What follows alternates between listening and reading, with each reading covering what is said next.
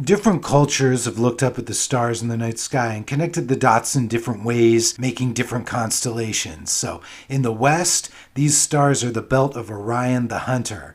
But in India, they're an arrow about to hit a deer, and in China, they're three generals.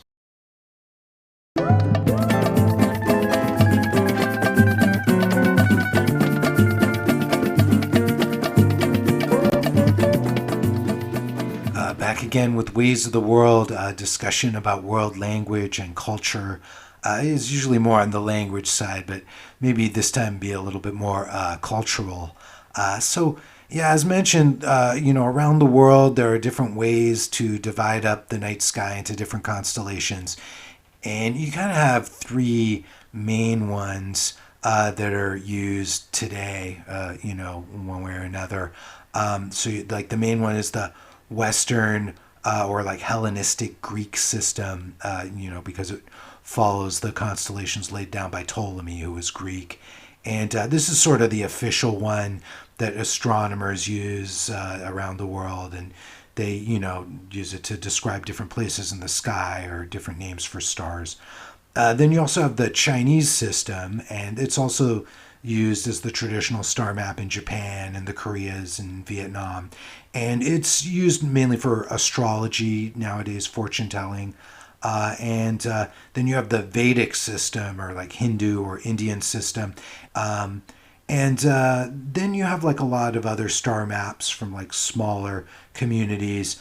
I'm guessing like almost all civilizations would develop some kind of a star map, to use either like as a calendar or, also to like keep time at night.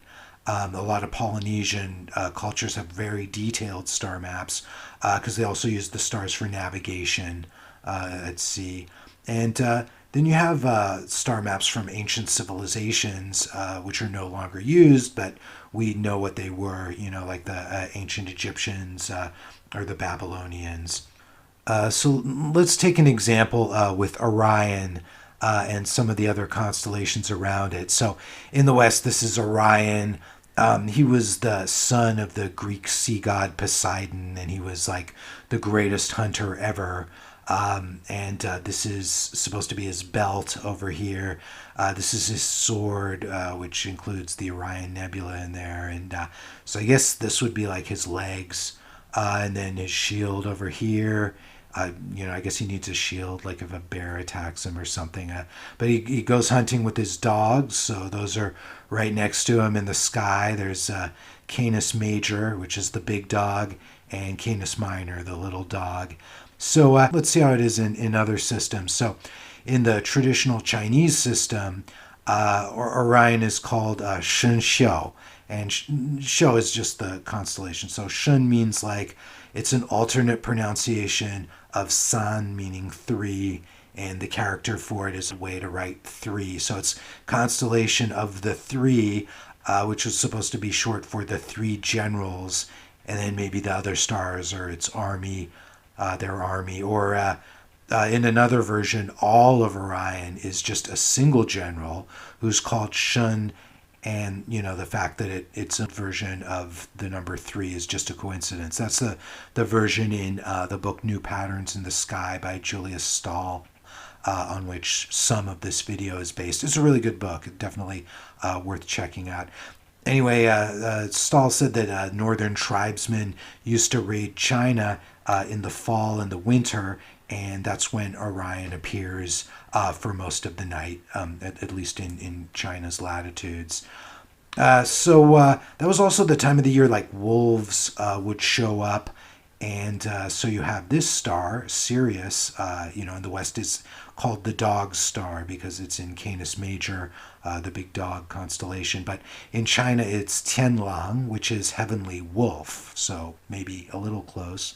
And but this other part of Canis Major is actually its own constellation called Hushur, which is bow and arrow, which someone is using to shoot the wolf. So what about in India? So like over there, Sirius is called Vayadhara, which means the hunter's star. And a popular story is that it was this mighty hunter named Rudra, who was, another hunting theme here, and he was shooting an arrow, which is right here, and it's about to hit this deer, or in some versions, like this whole part of Orion is the deer and it's already been hit. But anyway, the deer is actually the Hindu creation god Prajapati in disguise. He's a form actually of the god Brahma, from what I understand. But anyway, he's planning to either like attack or some say molest his daughter Rohini, who has her own constellation. Although in this scene, Rohini is specifically this star over here, Aldebaran, which in the west it's part of Taurus, the bull. But anyway, Rohini has turned herself into a deer to run away, and then Prajapati has also turned himself into a deer, but he's about to be killed, or some say wounded, by the hunter Rudra's arrow. And so there's like lots of others, like to the Bororo people of Brazil, Orion is Jabuti, the tortoise. And over in Indonesia, I mean, in Indonesia in general, they use the Western system, but for the Dayak people who live on Borneo, they see it as like a giant animal trap set between like two trees. So more hunting going on around this part of the sky. And then over in the Western Pacific, the Marshall Islands, so, they see a really clear sky at night. They can see enough stars to make an entire octopus, with Orion's belt representing like a kind of a stone pickaxe that like a fisherman has stabbed into it. And then over in New Zealand, the Maori have a sky map that combines the top part of Orion over here with the shield of Orion, and then the Pleiades star cluster over here in Taurus, to make the boat of Tamarereti, who's a mythical Maori fisherman who's said to have created the Milky Way. Actually, the Pleiades are like a big deal in Maori astronomy. They use it to mark the new year. And then in ancient Egypt, Orion was Osiris, the Egyptian god of agriculture and the underworld and a bunch of other stuff. And actually for Egyptians, Sirius was like the one that was considered really important, because Canis Major disappears in like the late summer and then it reappears in fall. Like, in other words, it's only in the sky during the daytime when you can't see it, and then it would reappear in the night sky just right around the time that the Nile would flood each year. So when they would see Sirius reappear right before dawn after being gone for a couple months, they knew that the river was about to flood. But anyway, back to the Chinese and Indian systems. One really big difference between them and the Greek/Western system is that a lot of the constellations are just a lot smaller. And this is because, in Western astronomy, the focus was more on the seasons and the 12 months of the year. And, as you know, like the sun and the planets are all kind of on the same plane. So they move around in the same strip of the sky called the zodiac. And the Greek system divides the zodiac into 12 constellations, which we know as the 12 astrological signs, Pisces, Aries, and so on. And, this way they could use the sky as a calendar by just seeing, which constellation rose in the east just before dawn, or what was setting in the west just after nightfall, or something like that. But now in the Chinese and Indian systems, they also wanted to track the moon, which returns to the same place in the sky once every 27 days, a little more. So instead of 12 constellations, they had 27 in India's case, or 28 in China. And then the moon appears in a different one each night. I mean, it's not exact, but, basically it moves one constellation a day. And so they call these constellations lunar mansions. In Hindi, it's a nakshatra, and in Mandarin Chinese, it's a shou, but what we call it a lunar mansion in English.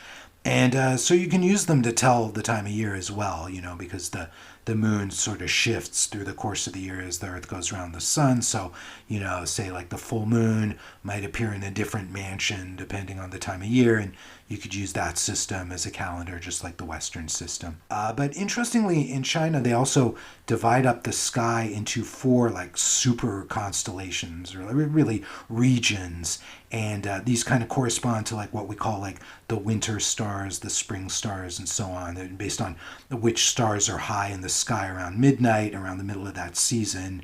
So in summer, the stars that are up there, in the middle of the night, those are the summer stars. And in Chinese, they call that region the scarlet bird, Zhu Cue, and then the winter stars are called the black tortoise, Xuan Wu. Actually, literally the black warrior, but it's supposed to be a tortoise.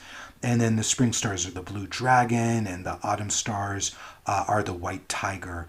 And, just randomly, and I have no idea why, but white tiger in Chinese is also slang for a woman with no pubic hair, and blue dragon is a man with no pubic hair, and I don't know why.